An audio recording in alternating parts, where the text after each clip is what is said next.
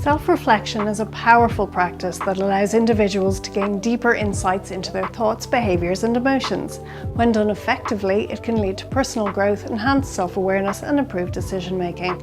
Let's explore how to practice self-reflection well, outlining 10 key strategies, techniques and considerations to ensure that the process is both productive and beneficial. Number 1. Set aside time. Don't leave it to chance. Put it in your calendar. Commit. Effective self-reflection requires a quiet, uninterrupted space where you can focus entirely on your thoughts. Allocate specific times in your schedule for reflection, ensuring you're free from distraction.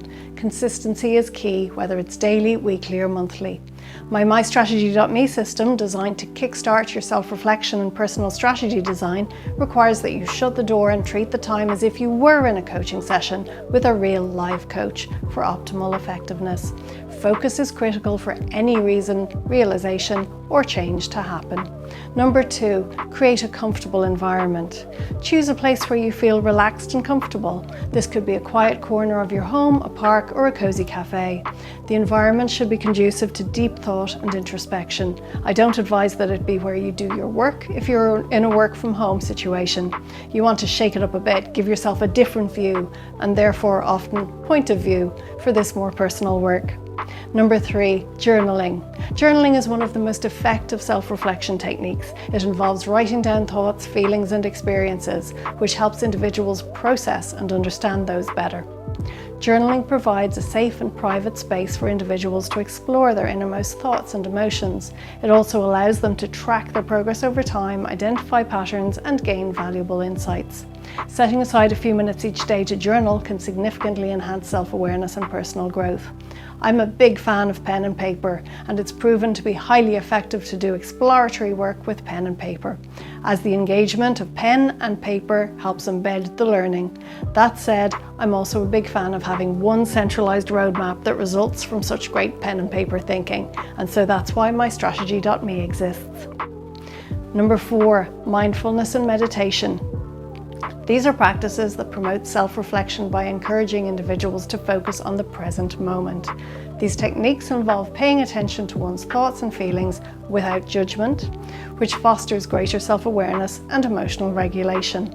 Mindfulness and meditation help individuals develop a deeper connection with themselves, reduce stress, and improve overall well-being.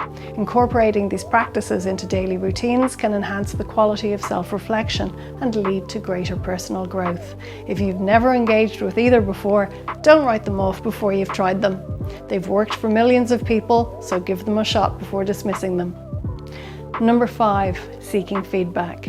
Sometimes it's hard to see ourselves clearly. Seeking feedback from trusted friends, family members or colleagues can provide valuable external perspectives. Be open to constructive criticism and use it to inform your self-reflection.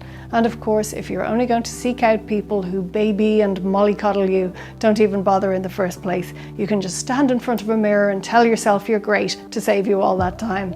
You want the reasonable truth tellers, not the people who would be afraid to voice any negative whatsoever, or who think you're wonderful as you are and have no understanding of why you would want to change or progress from who you are today.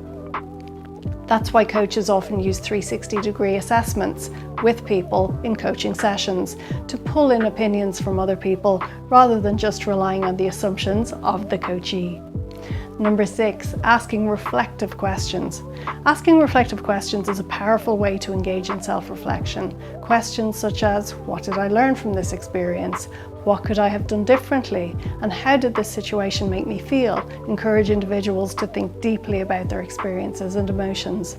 Reflective questions help individuals gain new perspectives, understand their motivations, and identify areas for growth.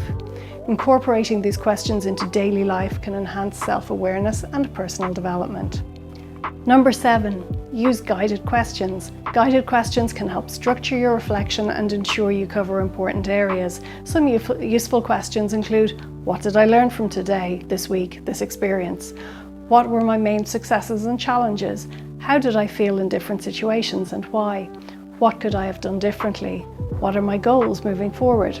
My Strategy.me system is full of great questions about you and the things you do and want to do, and those questions will never change. Lasting questions, changing answers being one of the core principles of the system so as to avoid moving goalposts.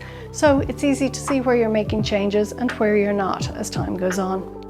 Number 8, setting goals and reviewing progress. Setting clear, achievable goals is an essential part of self-reflection. Goals provide direction and motivation, helping individuals focus on what they want to achieve. Regularly reviewing progress towards these goals allows individuals to assess their efforts, celebrate successes, and identify areas for improvement. This process of goal setting and review promotes continuous self-improvement and personal growth. Number 9, balance self-compassion with self-criticism.